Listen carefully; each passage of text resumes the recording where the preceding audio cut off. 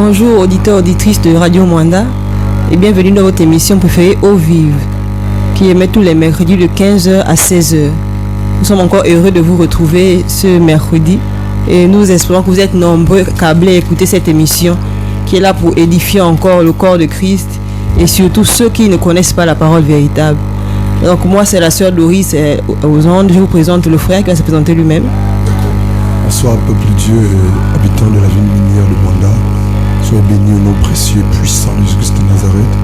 J'espère que vous êtes bien câblés à votre poste de radio pour être informés, édifiés, construits, bâtis autour de la parole de Dieu. Soyez bénis par le nom de Jésus-Christ de Nazareth. Amen. Juste rappeler que la semaine passée, nous avons parlé dans le cadre de l'émission Eau Vive de la guérison divine. D'accord, elle me rappelle que l'année nous avons parlé de la guérison divine. D'accord, qu'ils soient bénis. Et qu'avons-nous alors dit? Ah, je ne me suis pas présenté, ça. D'accord, merci de me le rappeler. Je m'appelle Blanchard, le frère Blanchard Mavougou. Qu'il soit béni, je ne suis pas seul. C'est mon épouse qui parle là. Ok. Oui, un petit résumé de l'émission de la dernière fois, cela. En fait, on a montré en peu de mots que notamment dans le passage de 2 Timothée 3,16, que la parole de Dieu est capable d'instruire, d'édifier, d'exhorter. Mais également, dans un passage d'Exode, nous avons montré que la parole de Dieu est également là pour guérir véritablement. La parole de Dieu guérit véritablement. Amen. Qu'il soit béni. Et je me rappelle que vraiment nous avions sérieusement parlé de Dieu la dernière fois. Et nous avons vraiment un tout petit peu mis à place certaines doctrines qui se font dans nos pays assemblés. Et puis, selon eux, pour obtenir la guérison divine, il faut faire boire les gens de l'eau, il faut des pratiques bizarres. Et puis, nous avons dit que ça, c'est pas biblique, avec le verset biblique à l'appui. Nous avons eu beaucoup de retours par rapport à cette émission. Nous avons eu beaucoup de retours par rapport à cette émission. Il y a même des frères et sœurs taximans qui ont écouté l'émission en direct. Qu'ils soient bénis. Ok, nous allons, grâce à Dieu, avant de commencer cette nouvelle émission, nous allons prier, présenter l'émission à Dieu, présenter les auditrices, afin que Dieu fasse grâce. Seigneur, nous te bénissons encore, Père, nous te rendons toute l'honneur et toute la majesté. Parce que cette émission, c'est la tienne, Papa. Tu connais chacune des personnes que tu veux attirer à travers cette émission. Tu connais les cœurs que tu veux véritablement ramener à toi, Père, parce que tu attires encore. Merci, Père éternel, pour disposer tous ces moments, pour permettre, tes amis, que ce soit des moments véritablement d'édification du corps de Christ. Sois béni, sois exalté, Papa. C'est en ton nom que nous avons prié. Amen. Amen. Juste pour préciser que on a des problèmes avec personne. Nous allons simplement prêcher la parole de Dieu. Je n'ai pas de souci avec quelqu'un. Je veux simplement prêcher la parole de Dieu, élever Jésus-Christ de Nazareth. Déjà, pour ceux qui me connaissent un tout petit peu, j'aime dire la vérité. Notre Dieu est le chemin, la vérité et la vie. Que Dieu soit béni. Je ne sais pas si la soeur a quelque chose à dire, mais avant de lui passer la parole, juste rappeler que le numéro par lequel vous pouvez nous joindre pour participer à l'émission, c'est le 02 28 634. 02 28 634, pardon pour la voix. 02 28 634, c'est le numéro par lequel vous pouvez nous joindre pour participer à l'émission. Vous avez des questions, même si c'est des questions qui ne sont pas en rapport avec le thème du jour, vous êtes libre de poser vos questions. On n'a pas ce temps, c'est à peine 1 heure, moi que Dieu nous aide. Ok, lui seul, quelque chose à dire rapidement? Non, juste par rapport à ce que le frère disait, qu'il n'est de problème avec personne. On se rend compte dans la parole de Dieu que la plupart des hommes que le Seigneur a utilisés puissamment ont toujours eu des problèmes avec les personnes à cause de la vérité qu'il disait. On a l'exemple par exemple de Jean-Baptiste qui s'est fait décapiter parce qu'il a dit au roi Hérode qu'il n'était pas permis à celui-ci de prendre la femme de son frère. Nous allons prendre nos Bibles, s'il vous plaît. Ouvrons nos Bibles dans le livre d'Ésaïe. Le thème d'aujourd'hui, c'est la Pentecôte. Qu'est-ce que c'est que la Pentecôte? Quelle est la portée prophétique de la Pentecôte? Et par la grâce de Dieu, pendant un peu de temps, nous allons nous édifier, nous échanger autour de ce thème, la Pentecôte. Et vraiment, Dieu soit béni. C'est un thème sérieux et profond que l'Esprit nous conduit. Parce que je me rappelle, il y a eu de cela quelques jours en arrière, la Pentecôte a été fêtée, c'est cela, sœur. Amen. Ok, qu'il soit béni. Nous allons voir à la lumière des Écritures qu'est-ce que c'est que la Pentecôte, qui a institué la Pentecôte et quelle est sa portée prophétique. s'appelle la Pentecôte, la fête de l'Éternel. Nous allons par la grâce de Dieu lire Ésaïe chapitre 1, le verset 14. Vas-y, s'il te plaît. Et la parole de Dieu dans Ésaïe chapitre 1, verset 14. La parole de Dieu déclare: vos nouvelles lunes et vos assemblées, mon âme les hait. Elles me sont à charge, je suis lasse de les supporter. 15. Vas-y. Et quand vous étendrez vos mains, je cacherai de vous mes yeux. Quand même vous multiplierez la prière, je n'écouterai pas. Vos mains sont pleines de sang. Commence par du verset 10, s'il te plaît, jusqu'au verset 14, pour mieux comprendre. Ésaïe chapitre 1, verset 10 à 14. Amen.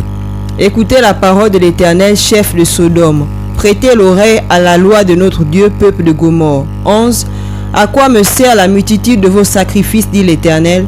Je suis rassasié d'holocaustes, de béliers et de la graisse de bêtes grasses. Et je ne prends pas plaisir au sang des taureaux et des agneaux et des boucs. 12. Quand vous venez pour paraître devant ma face, qui a demandé cela de vos mains, que vous fouliez mes parvis? 13. Ne continuez pas d'apporter de vaines offrandes, l'encens m'est une abomination. La nouvelle lune et le sabbat, la convocation des assemblées, je ne puis supporter l'iniquité et la fête solennelle. 14. Vos nouvelles lunes et vos assemblées, mon âme les hait, elles me sont à charge, je suis lasse de les supporter. La Bible dit au verset 13, cessez d'apporter de vaines offrandes. J'ai en horreur l'encens, c'est cela, les nouvelles lunes, les sabbats et les solennels et les assemblées, pardon. Je n'ai plus voir le crime à s'associer aux solennités. Verset 14, notre texte de base. Mon âme est vos nouvelles lunes et vos fêtes. Elles me sont à charge. Je suis lasse, fatigué de les supporter. C'est Dieu qui a institué le sabbat. C'est Dieu qui a institué, par la grâce de Dieu, les fêtes solennelles. Et de quelles fêtes il s'agit ici? Il est question, la Bible, par la grâce de Dieu, nous présente plusieurs sortes de fêtes, plusieurs types de fêtes, autrement appelées fêtes de l'Éternel, les fêtes de l'Éternel. Et c'est Dieu qui a institué ces fêtes-là. Et les jours que ces fêtes étaient célébrées, c'était des jours consacrés à Dieu, c'était des jours d'adoration, c'était des jours vraiment de célébration de Yahweh Dieu, le Dieu des Hébreux. Alléluia. Et là, au verset 14, ce même Dieu qui a institué, qui a instauré, qui a mis en jour, voilà, ces différentes fêtes-là. Aujourd'hui, il dit qu'il est fatigué de ces fêtes. Comment ça? Dans Isaïe, il dit, au verset 14, mon âme est vos nouvelles lunes, mon âme est vos fêtes. Pourtant, c'est le même Dieu qui a institué ces mêmes fêtes. Il y en a plusieurs dans la Bible, parlant de fêtes, mais la Bible retient précisément 7 grandes fêtes de l'Éternel. Il y en a 7 grandes fêtes éternelles.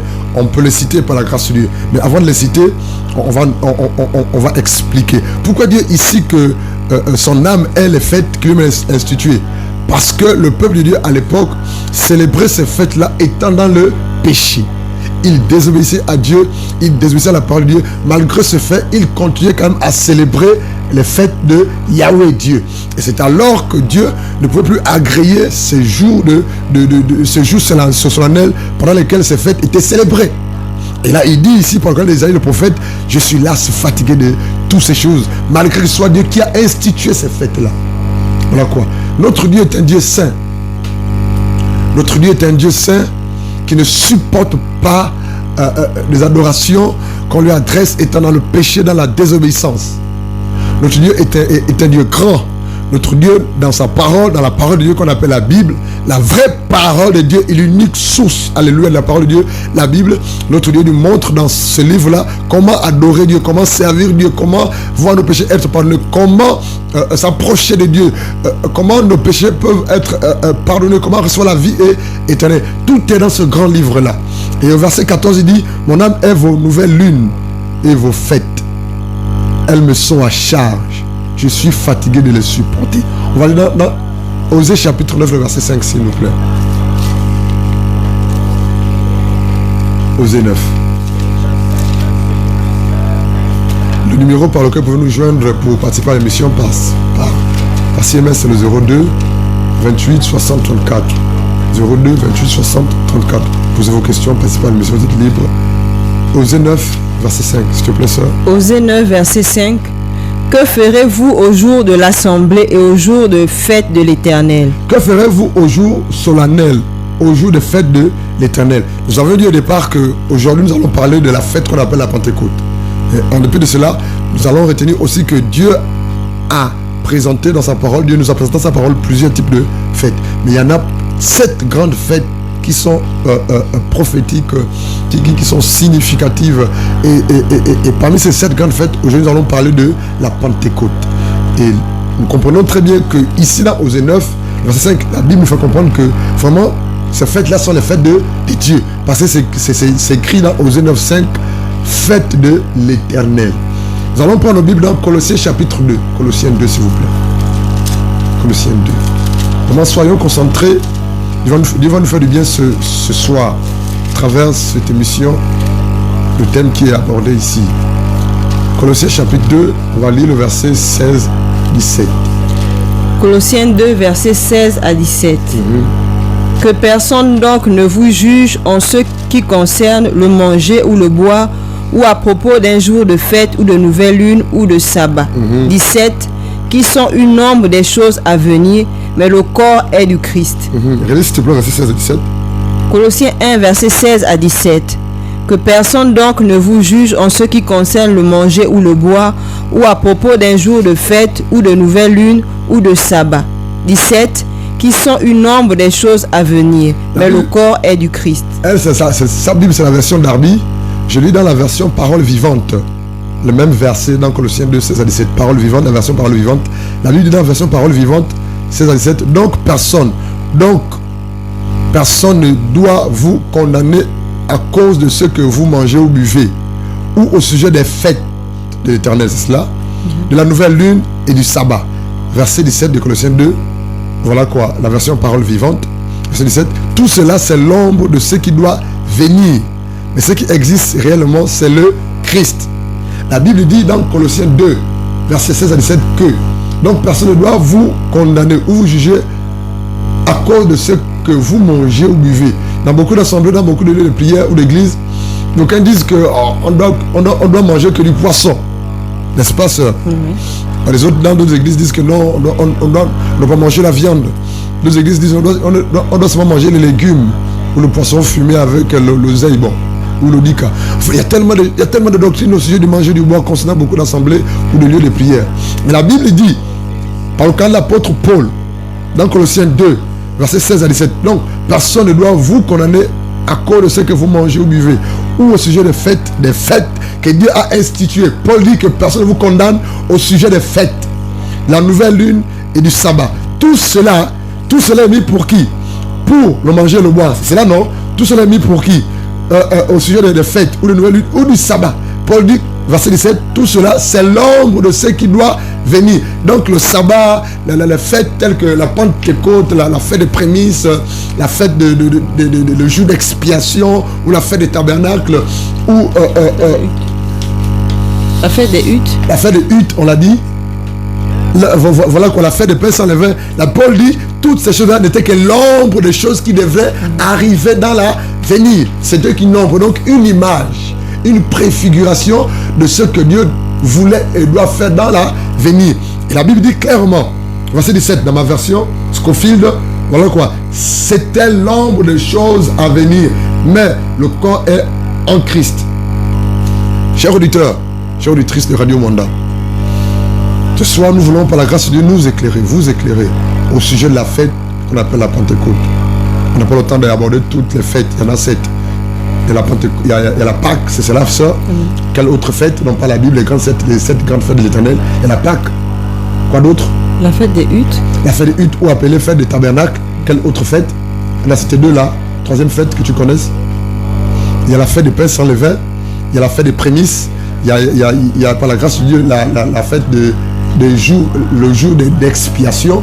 Il y a par la grâce de Dieu aussi la fête de Pentecôte, c'est pas si on l'a déjà cité. Il y en a 7 au maximum, 7 grandes fêtes. Aujourd'hui, nous allons parler de la fête de Pentecôte. Amen. Et que la Bible dit dans Colossiens 2 que tout cela, ce n'est que l'ombre des choses à venir. Allons-y. Lévitique chapitre 23, le verset 15 à 16. On parle de la fête de Pentecôte. Pardon, s'il vous plaît. Juste vous rappeler que vous êtes dans votre émission Au Vive et que vous pouvez nous joindre par SMS au 02 28 60 34. Lévitique 23, le verset 15 à 16. On a eu la parole de Dieu dans Lévitique 23, versets 15 à 16. La Bible déclare: et vous compterez depuis le lendemain du sabbat, depuis le jour que vous aurez apporté la gerbe de l'offrande tournoyée 7 semaines, et elles seront complètes. 16. Vous compterez 50 jours jusqu'au lendemain du 7e sabbat, et vous présenterez à l'Éternel une offrande de gâteaux nouvelle. 17. Vous apporterez de vos habitations 2 pains en offrande tournoyée. Ils seront de 2 dixièmes de fleurs de farine. Vous les cuirez avec du levain. Ce sont les premiers fruits à l'Éternel. 18. Et vous présenterez avec le pain 7 agneaux sans défaut, âgés d'1 an, et un jeune taureau et 2 béliers. Ils seront un holocauste à l'Éternel avec leur offrande de gâteau et leur libation, un sacrifice par feu, une odeur agréable à l'Éternel. 19. Et vous offrirez un bouc en sacrifice pour le péché et 2 agneaux âgés d'1 an en sacrifice de prospérité. 20. Et le sacrificateur les tournoyera avec le pain des premiers fruits en offrande tournoyée devant l'Éternel avec les 2 agneaux. Ils seront saints, consacrés à l'Éternel pour le sacrificateur. 21. Et vous publierez une convocation en ce même jour. Ce sera pour vous une sainte convocation. Vous ne ferez aucune œuvre de service, c'est un statut perpétuel dans toutes vos habitations en vos générations. 22. Et quand vous ferez la moisson de vos terres, tu n'achèveras pas de moissonner les coins de ton champ, et tu ne glaneras pas la glanure de ta moisson. Tu les laisseras pour le pauvre et pour l'étranger. Moi, je suis l'Éternel, votre Dieu. Amen. La Bible dit dans Lévitique chapitre 23, le verset 15, je vais lire dans ma version, la version parole vivante. Nous avons 3 versions de Bible ici. Voilà quoi. Verset 15, la Bible dit, vous compterez 7 semaines. Écoutez bien, vous compterez 7 semaines complètes à partir du jour qui suit le sabbat.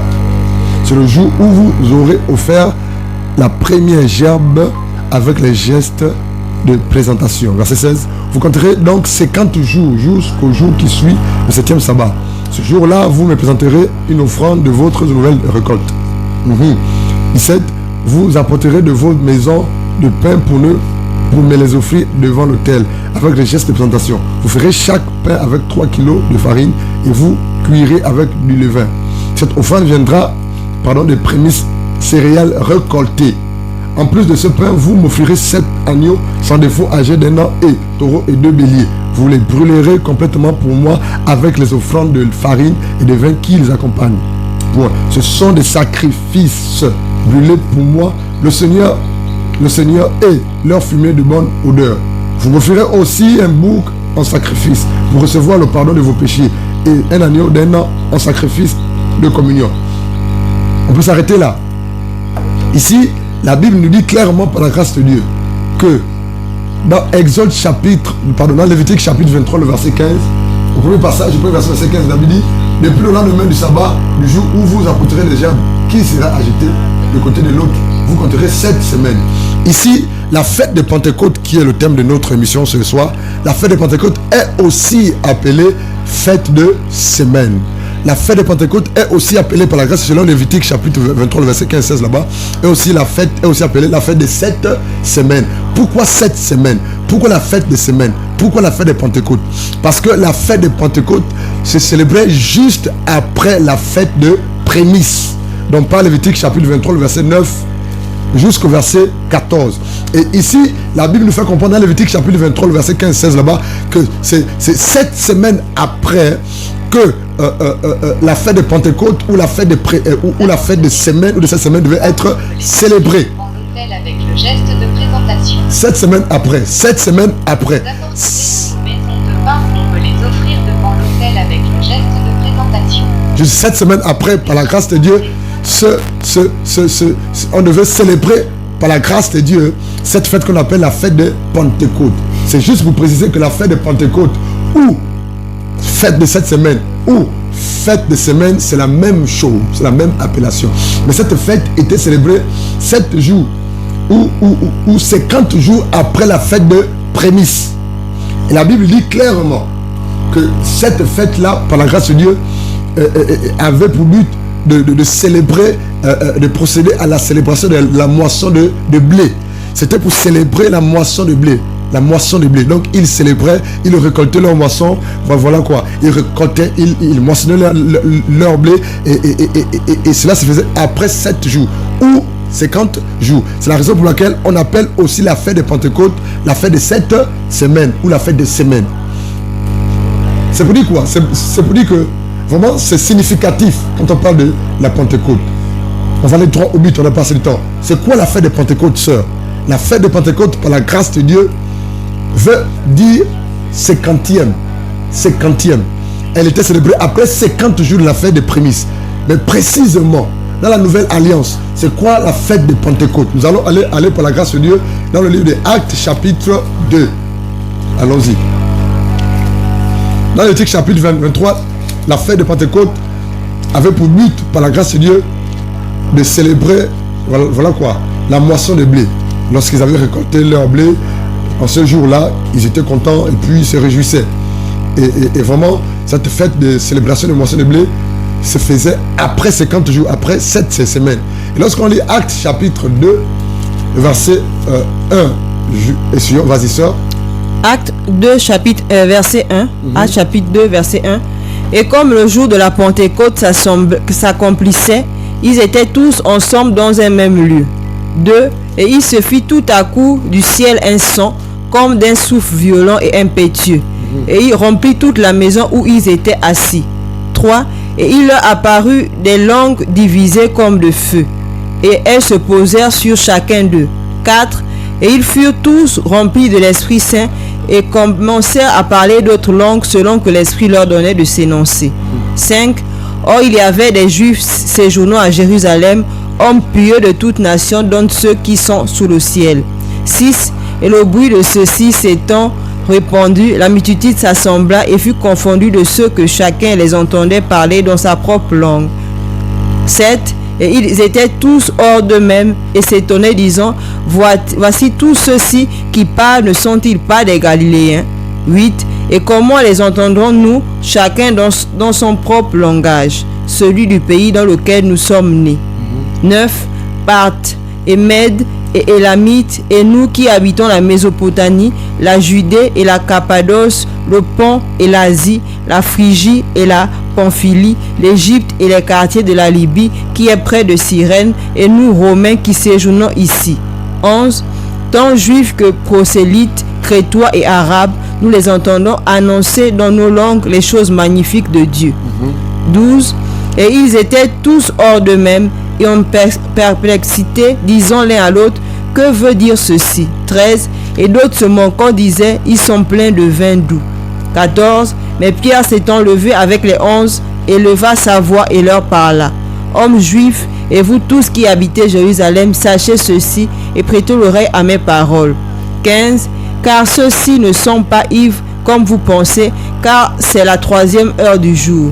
16. Mais c'est ici ce qui a été dit par le prophète Joël. 17.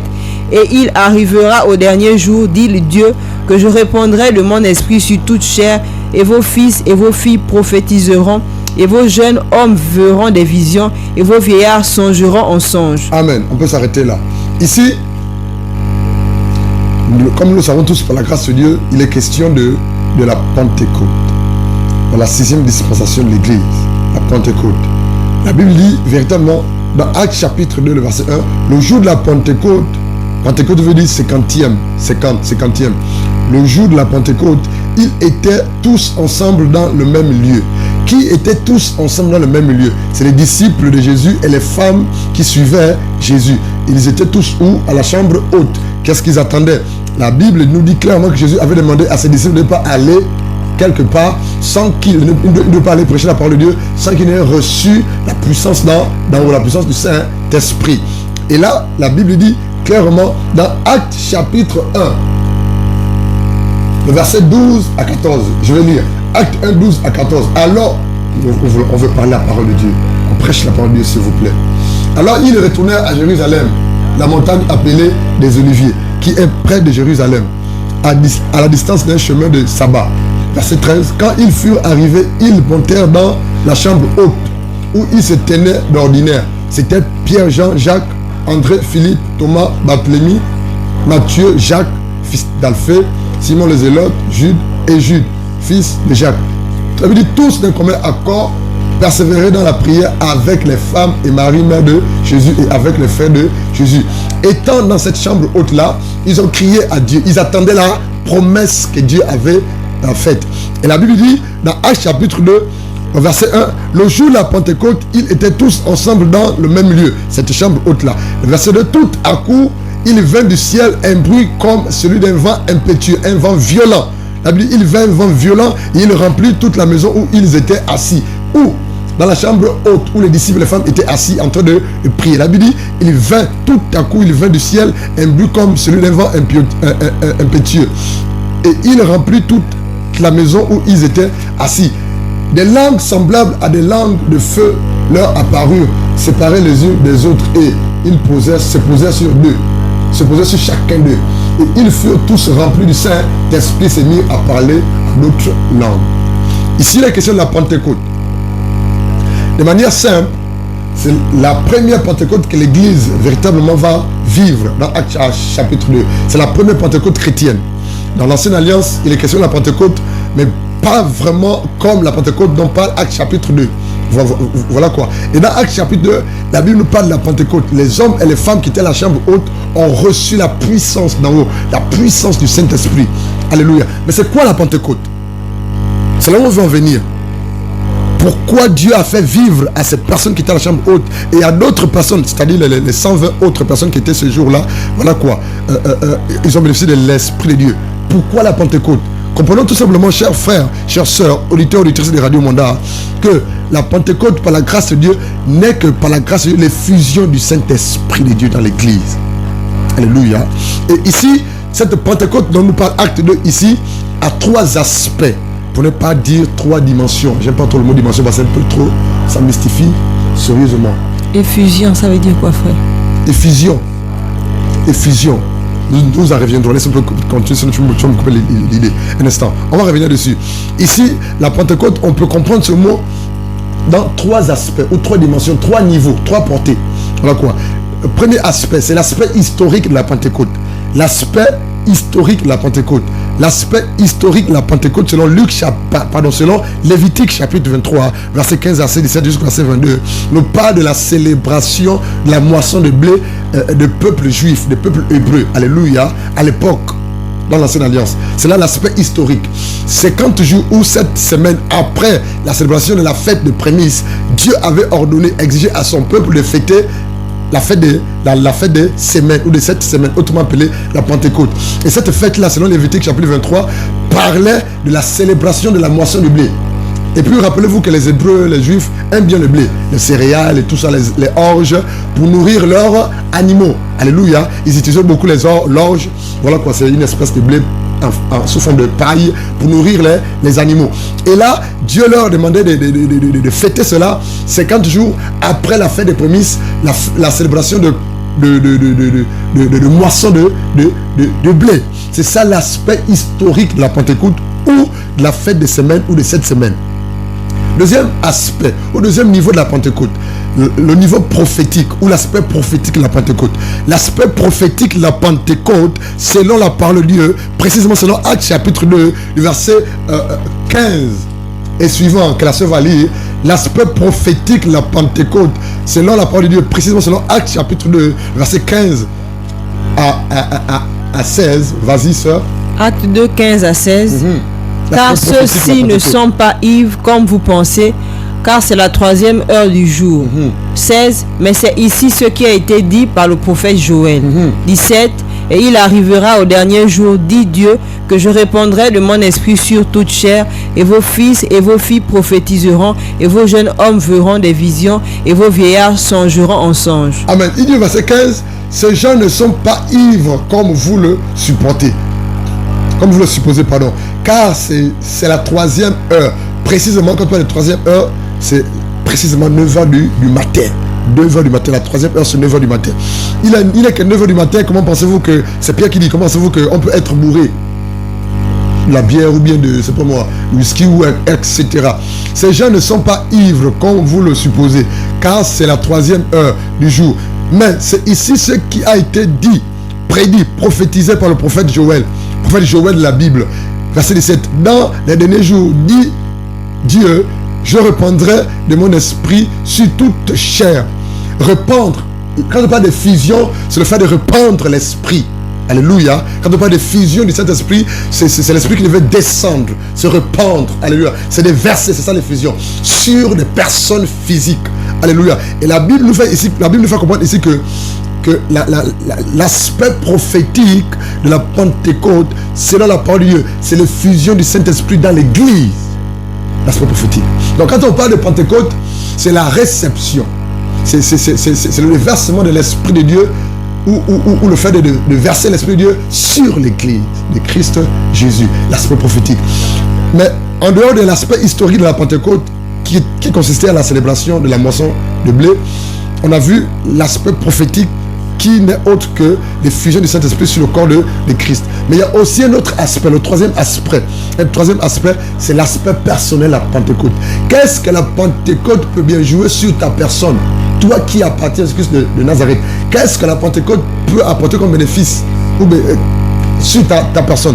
Et l'aspect personnel de la Pentecôte sur la personne individuellement de quelqu'un, pardon pour la répétition, ce n'est que par la grâce de Dieu, la capacité de devenir enfant de Dieu.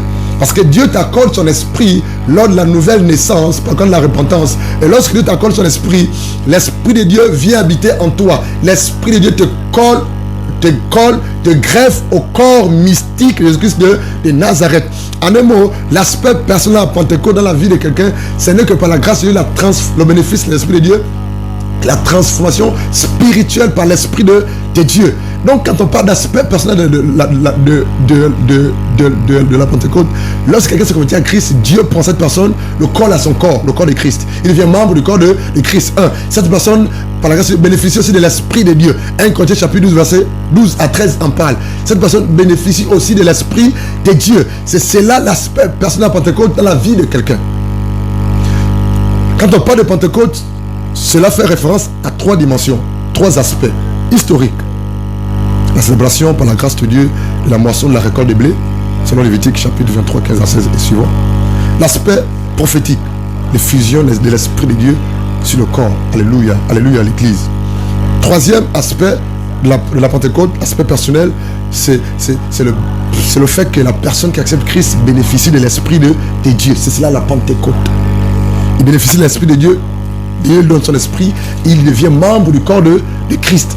Et par la grâce de Dieu, il devient une nouvelle créature. Il appartient à Jésus-Christ de Nazareth. C'est cela la Pentecôte. Maintenant, la question qu'on peut se poser, c'est celle-ci. Est-il nécessaire de fêter la Pentecôte toutes les années? Je ne sais pas si les auditeurs et les auditrices de Radio Manda nous écoutent. Est-il nécessaire de fêter la fête de l'Éternel qu'on appelle la Pentecôte toutes les années? Oui, sœur, tu peux dire quelque chose par rapport à ça? Rapidement, je vais rappeler le numéro de téléphone par lequel vous pouvez nous joindre. C'est le 02 28 60 34. 02 28 60 34. 02 28 60 34. Vous pouvez participer à l'émission en posant des questions par CMS au 02 28 60 34. Avant de répondre à la question qu'on a posée dans ce studio, nous allons répondre à la question qu'un auditeur vient de nous poser. Question intéressante. Voici la question. Pendant l'une des fêtes, Jésus a changé de l'eau en vin. De quel vin s'agit-il? D'accord. Il y a la suite. Il y a la suite, oui. Et pourquoi la boisson n'est-elle pas acceptée dans les fêtes religieuses? J'ai comme l'impression que l'auditeur de ma radio Manda qui écoute l'émission veut mélanger Dieu, veut suivre Dieu, veut servir à Jésus, mais ne veut pas arrêter de boire son vin. C'est l'impression que j'ai. On va répondre à la question simplement. Nous allons lire d'où cette histoire est mentionnée dans la Bible. Amen. Repartons dans les Saintes Écritures. Jean chapitre 2. On va lire le verset 1 et suivant. Jean chapitre 2, le verset 1 et suivant. Vas-y, sœur. Jean chapitre 2, verset 1. Et le troisième jour, il eut une noce à Cana de Galilée, et la mère de Jésus était là. 2. Et Jésus fut aussi convié à la noce, ainsi que ses disciples. 3. Et le vin étant venu à manquer, la mère de Jésus lui dit, ils n'ont pas de vin. 4. Jésus lui dit, qu'y a-t-il entre moi et toi, femme? Mon heure n'est pas encore venue. 5. Sa mère dit au serviteur, faites tout ce qu'il vous dira. 6. Or, il y avait là 6 vaisseaux de pierre pour tenir de l'eau, placés là selon l'usage de la purification des Juifs, pouvant recevoir chacun 2 ou 3 mesures. 7. Jésus leur dit, emplissez d'eau les vaisseaux, et ils les emplirent jusqu'au haut. 8. Et il leur dit, puisez maintenant et portez-en au maître d'hôtel. Et ils lui en portèrent. 9. Mais lorsque le maître d'hôtel eut goûté l'eau qui était devenue du vin, et qu'il ne savait point d'où celui-ci venait, mais les serviteurs qui avaient puisé l'eau le savaient, le maître d'hôtel appelle l'époux et lui dit, 10. Tout homme sert le bon vin le premier, et puis le moindre après qu'on a bien bu. Toi, tu as gardé le bon vin jusqu'à maintenant. 11. Jésus fit ce commencement de ses miracles à Cana de Galilée, et il manifesta sa gloire, et ses disciples crurent en lui. Vous s'arrêtez là. En fait, ce n'était pas, c'est vrai que c'était lors d'une fête, mais cette fête-là ne fait pas partie de cette fête de l'Éternel. C'était les parents, amis et connaissances qui sont retrouvés pour se réjouir de la célébration du mariage d'un monsieur et d'une femme. Et là, Jésus et ses disciples sont allés à cette fête des noces, mariage, voilà quoi. C'est un peu comme ce qu'on appelle la soirée. Quelqu'un s'est marié et puis on fait ce qu'on appelle la soirée. Pendant la soirée, à une salle, le vin manquait. Le vin manquait et là, la mère de Jésus, c'est-à-dire Marie, demande à ce que Jésus fasse un miracle pour qu'il y ait toujours du vin. Et là, Jésus demande à ses disciples de prendre des vases et de remplir ces vases d'eau. Et vraiment, après avoir pris et obéi à ce que Jésus a dit, l'eau qui a été mise dans ces vases s'est transformée en vin. Amen. Et la Bible dit clairement, et là je vais le préciser, je vais lire au verset 1. 3 jours après, il y eut des noces à Cana, en Galilée. La mère de Jésus était là. Et Jésus fut aussi invité aux noces avec ses disciples. Amen. Verset 3. Le vin ayant manqué, la mère de Jésus lui dit, ils n'ont plus de vin. Jésus répondit, femme, qu'y a-t-il entre toi et moi? Le vin ayant manqué. Il y a un problème avec les lecteurs de la Bible. Il y a un problème avec les enseignants de la parole de Dieu. Il y a un problème avec les lectrices de la parole de Dieu. Parce que lorsqu'on lit la Bible, lorsqu'on voit des mots tels que le vin, tout de suite on pense à quoi? Au whisky, au kai-kai, à la 33, à quoi? À quel autre type de vin? À la régab, la gabonaise. Voilà quoi. Voilà quoi. Alors que quand la Bible nous parle de vin, la parole de Dieu nous parle du vin. Mais lorsqu'on va un peu creuser dans la langue grecque ou hébreu, on se rend compte que le mot vin a 2 significations. Explication. Ok, rapidement, permettez-nous de vous enseigner là, si on n'a pas ce temps. Je ne sais pas que les techniciens vont nous accorder un peu plus de temps. Voilà quoi. Et là, le vin, ici, par la grâce de Dieu, dont parle Jean chapitre 2, voilà quoi. N'est pas question du vin qui rend saoul, ou simplement parlant qui rend bourré. On parle comme les enfants, qui rend saoul, c'est cela, non? Amen. Ce vin que Jésus a transformé, cette eau que Jésus a transformée en vin, n'est pas le vin qu'on appelle la bière, la régab, ou le kai-kai, ou le ngosolo, ou le whisky, ou la 33, ou etc. C'est pas de ce vin-là dont il est question. Ce vin que Jésus a transformé, cette eau que Jésus a transformée en vin, voilà quoi.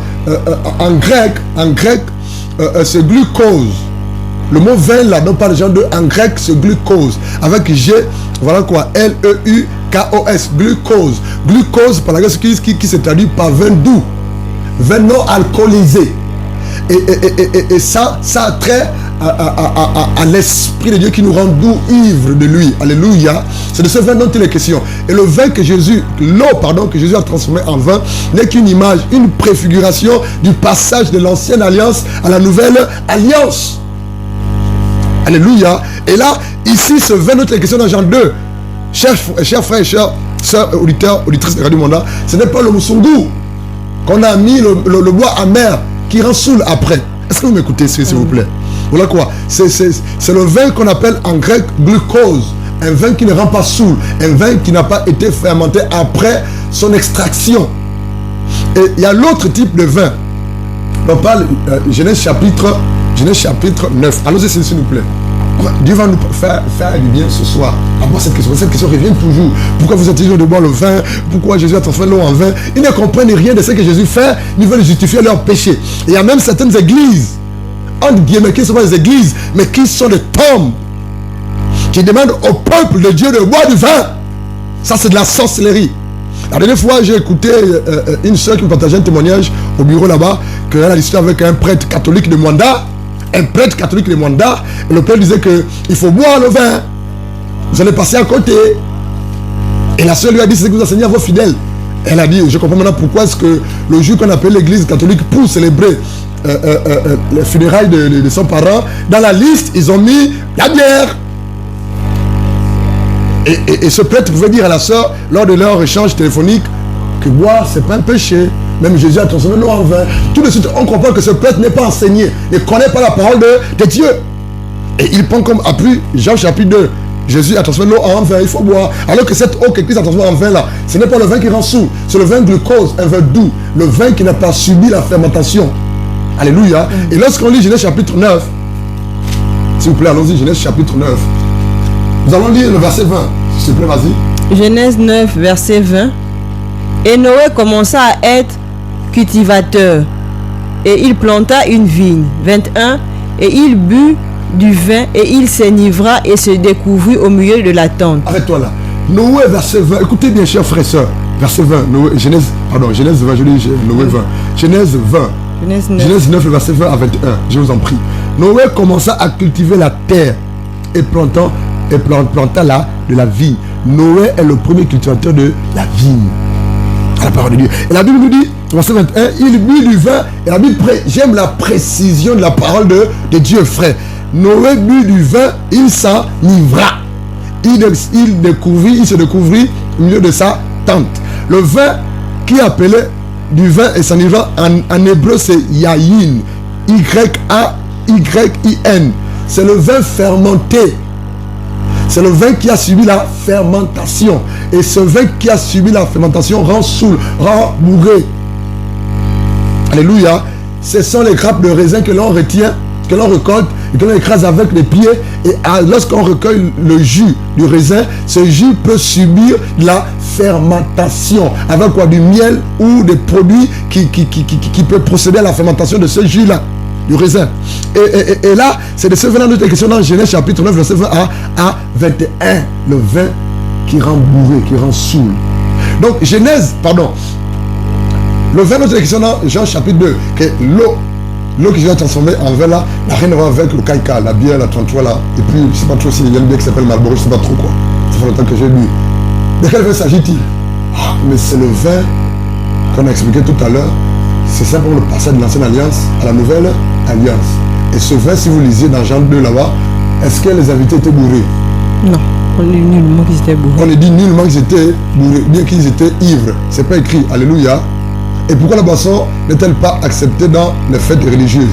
Mais c'est parce que ça ridiculise. Sœur, pourquoi la boisson n'est pas acceptée dans les fêtes religieuses? Mais déjà, lorsqu'on lit le passage de Genèse 9, on dit clairement qu'après que Noé ait bu, il a été ivre et on a vu sa nudité. Ça veut dire sa nudité. Voilà. Ça prouve qu'en fait, il n'avait plus toutes ses facultés. Il a fait des choses compliquées à tel point que ses enfants voient sa nudité. J'ai mon oncle à l'époque qui ne boit plus, lorsque nous étions à Libreville, précisément à Antoum. Un cadre de Sim Gabon à l'époque, avant que les usines ne ferment. Frère, mon oncle là, lorsqu'il est un homme intelligent, il maîtrisait son boulot. Homme intelligent, il maîtrisait son boulot. Lorsqu'il n'était pas à son poste, on venait le chercher le jour comme la nuit à la maison. Mais qu'est-ce qui s'est passé avec mon oncle là? C'est que il aimait boire. Et quand il buvait, on le prenait dans la brouette, on le ramenait à la maison. Un père de famille, un cadre.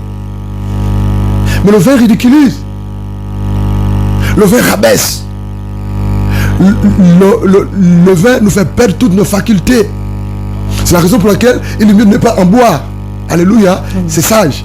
Bon, donc on va dire que la Bible dit, et là c'est Paul qui le dit à son fils Timothée, dans le livre des Actes là-bas, bois un peu de vin pour ton estomac.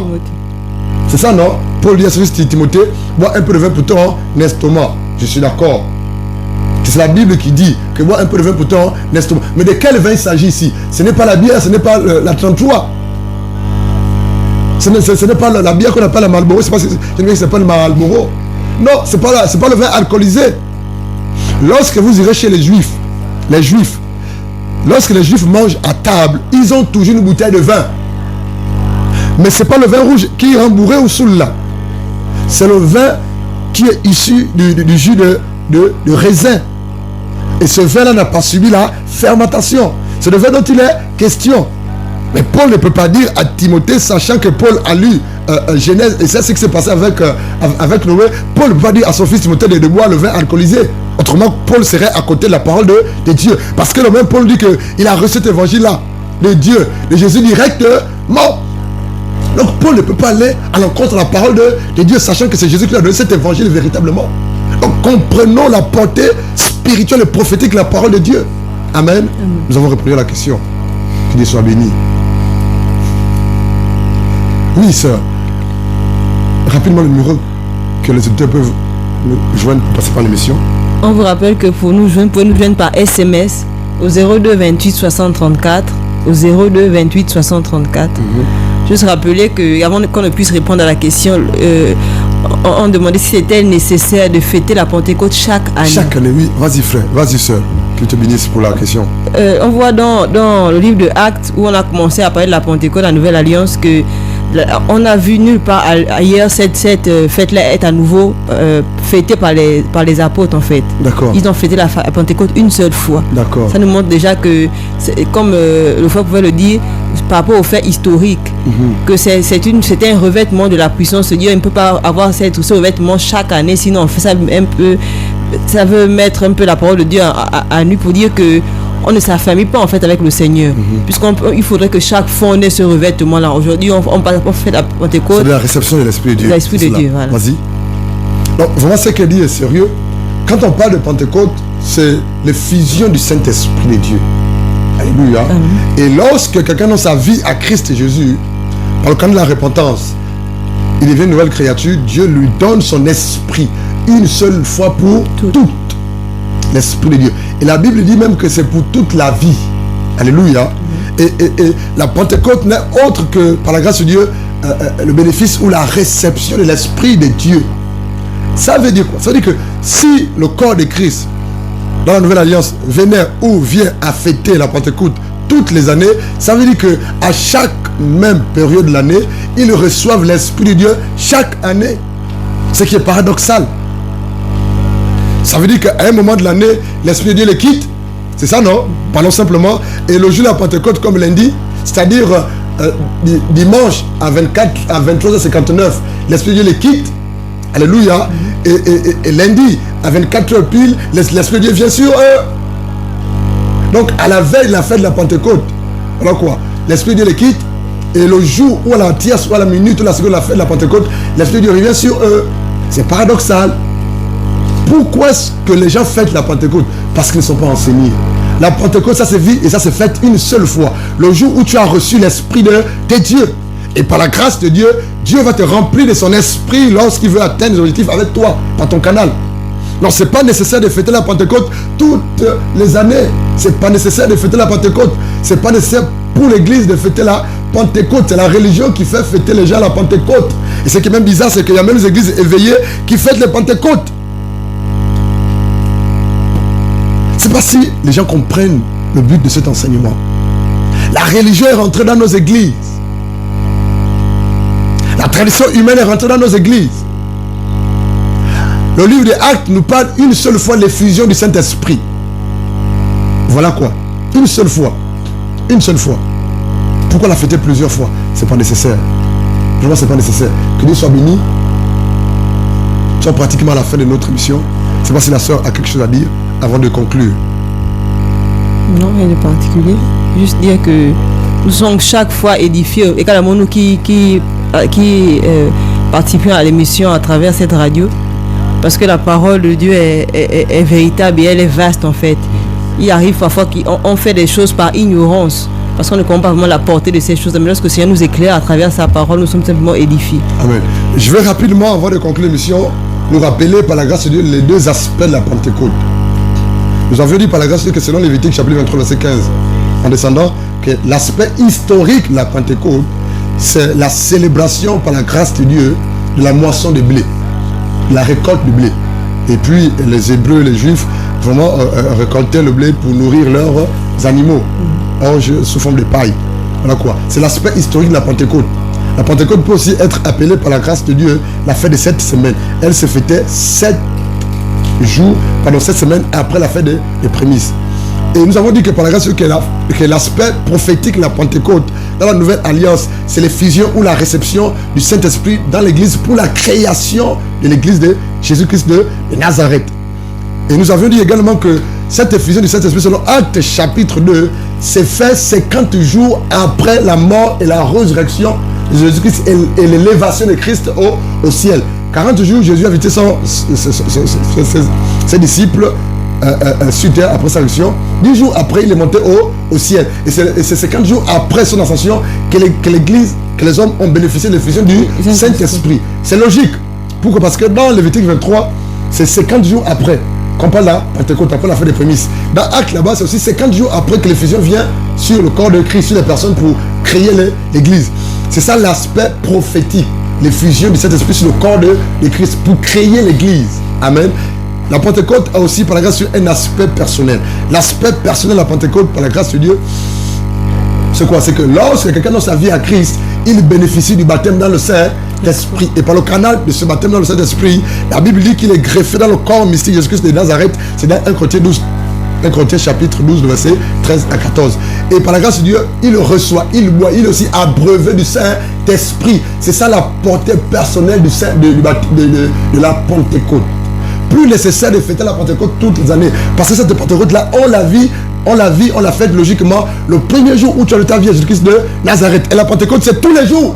Parce que l'Esprit de Dieu est avec toi, l'Esprit de Dieu t'accompagne, t'assiste, te conduit, te dirige, te parle, t'utilise. Alléluia, l'Esprit de Dieu te conduit dans l'œuvre que Christ veut faire avec toi. L'Esprit de Dieu te fait du bien, te parle. Alléluia. La Pentecôte, c'est tous les jours. C'est pas un jour spécifique tel que le lundi passé. Mais pourquoi dans nos églises on fait la Pentecôte? Parce qu'on n'est pas enseigné. Et ceux qui font fêter la Pentecôte à ces hommes-là ne sont pas aussi enseignés. La Bible dit que mon peuple est détruit parce qu'il manque la connaissance. Ils sont nombreux qui se disent hommes de Dieu, prophètes, pasteurs, évangélistes, docteurs ou enseignants par Dieu, mais qui ne sont pas enseignés, qui ne connaissent pas la parole de Dieu. Voilà pourquoi la Bible dit dans Jacques là-bas que ceux qui enseignent la parole de Dieu seront jugés doublement, sévèrement. Ça, j'aime le dire. Il nous manque des docteurs de la parole de Dieu dans nos églises, dans l'église du Gabon. Il nous manque de véritables enseignants de la parole de Dieu. Si l'église du Gabon va mal, c'est parce qu'il n'y a pas de véritables enseignants de la parole de Dieu. Qui décortiquent, qui expliquent à la lumière de la parole de Dieu, la doctrine, la sainte doctrine, la parole de Dieu. Revenons sur les saintes écritures et enseignons la véritable parole. Que Dieu vous bénisse. Vraiment que la gloire vienne à Jésus-Christ de Nazareth. À mercredi prochain, par la grâce de Dieu, de 15h pile, pour votre énième émission Au Vive. Nous sommes bel et bien dans les locaux de Radio Mwanda. La fréquence est 94.2 FM. Je n'étais pas seul, j'étais avec ma soeur, mon épouse, la soeur Dorise. Je suis le frère Blanchard. Que Dieu vous bénisse et que la gloire vienne à Jésus-Christ de Nazareth. À mercredi prochain.